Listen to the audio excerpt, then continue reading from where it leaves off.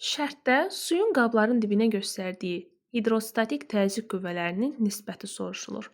Biz bilirik ki, F hidrostatik təzyiq qüvvəsi P vurulsun S ilə hesablanır.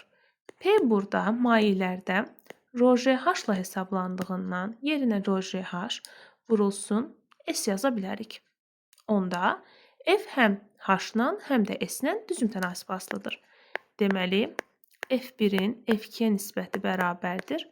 H1-in H2-yə nisbəti vurulsun S1-in S2-yə olan nisbətinə. Bu da bərabərdir.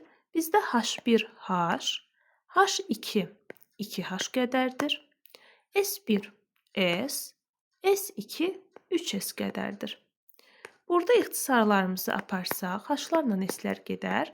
Nəticə etibarilə 2 vurulsun 3 bərabərdir 6-da 1 alınır.